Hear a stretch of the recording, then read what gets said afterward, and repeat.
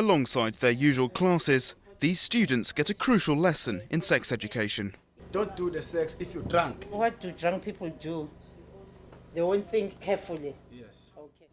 Since 2007, the organisation Pilontle, or Good Life in Zulu, has been regularly visiting a dozen schools in KwaZulu-Natal, the South African province with the highest rates of HIV infection. Groups of students are encouraged to talk openly about sexuality, risky behaviour and what to do to best protect themselves against contracting the virus that leads to AIDS. If you want to be tested for the HIV virus, we will, but if you do not want to, we won't. It's also up to you if you want the result today or some other time. Do you understand? Okay. Like Shabangu, students can opt to get tested. After a 20-minute meeting and medical examination, the test is performed on the spot. A drop of blood is taken and the results are ready after just a few minutes. Your result is the same as this one, you see, which means you are HIV negative. How do you feel about it? It is very important to continue testing because over the past few months I've used condoms on an on and off basis, and it could be that the virus is still hiding itself in my body.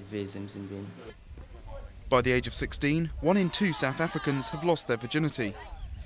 But for many families, especially in rural areas, it's a taboo subject. They don't want to talk to me about AIDS because they say I'm too young to talk about this. With more than 1 in 10 South Africans affected by the virus, the government is now more determined to tackle the problem from a much earlier age and plans to roll out this educational programme across the country. We know that youth are sexually active.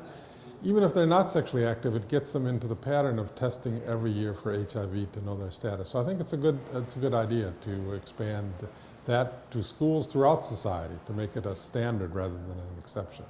However, the scheme also has its detractors. Some child protection groups have raised concerns that children as young as 12 might not be emotionally mature enough to deal with a positive diagnosis of HIV. But Pilontle counters that they provide support and guidance, and that knowing the truth is always better than living in fear and ignorance.